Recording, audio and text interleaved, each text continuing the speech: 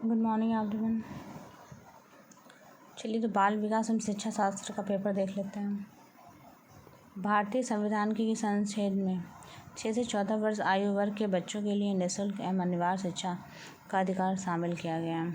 21A क्रेशमन ने व्यक्ति को निम्न में से किस प्रमुख प्रकार में वर्गीकृत किया है?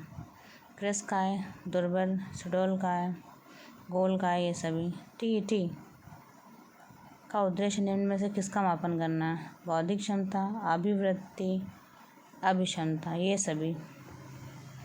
तो फोर्थ ऑप्शन आपका सही हो जाएगा।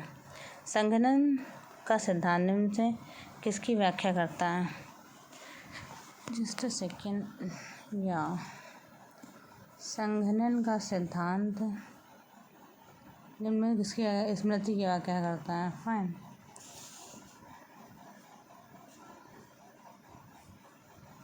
संघनन का सिद्धांत निम्न में किसकी व्याख्या करता है? स्मृति की व्याख्या करता है। निम्न में से कौन सी शिक्षा मनोविज्ञान की सर्वाधिक व्यक्तिनिष्ठ विधि है? अंतर्दर्शन। अल्बर्ट बंडूरा निम्न में से किससे संबंधित है? सामाजिक अधिगम सिद्धांत संबंधित है। अधिगम वक्र में पठार बनता है थकान के कारण।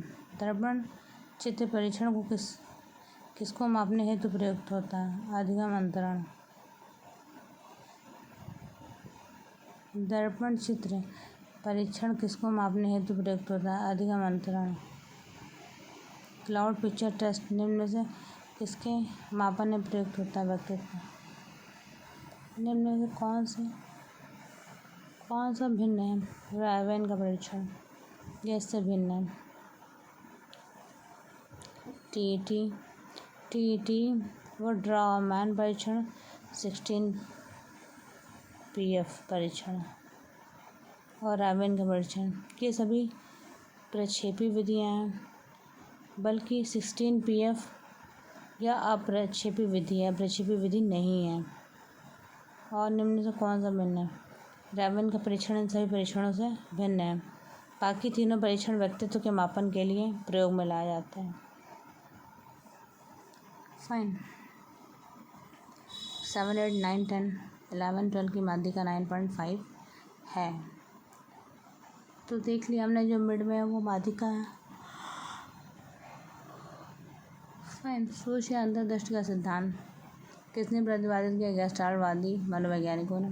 मैकडूगल के अनुसार प्रत्येक मूल प्रवृत्ति का संबंध होता है संवेग से। पूर्व अनुभव के आधार पर संवेदना को अर्थ प्रदान करना कहलाता है प्रत्यक्ष ज्ञान।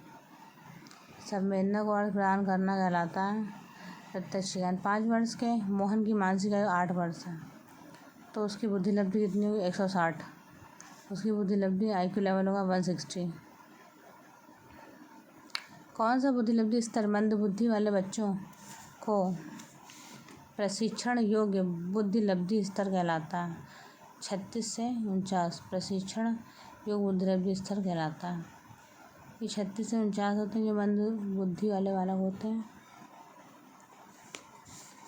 रसार्क इंक ब्लड टेस्ट का प्रयोग निम्न में किसके मापन हेतु किया जाता है?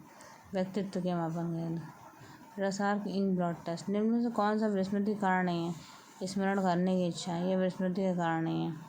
वह विज्ञान जो संख्यानात्मक पद्धति को एकमात्र करने, विभाजित करने, प्रस्तुत करने, तुलना करने, व्याख्या करने की विधि संबंधित कहलाता है सांख्यिकी। वह विज्ञान जो संख्यानात्मक पद्धति को एकत्र करने। पिछड़े बालकों के लिए शैक्षिक लब्धि की अवधारणा किसने दी? पिछड़े बालकों के लिए शैक्षिक लब्धि की अवधारणा किसने दी? सीरियल बर्ड ने दी है। Thank you.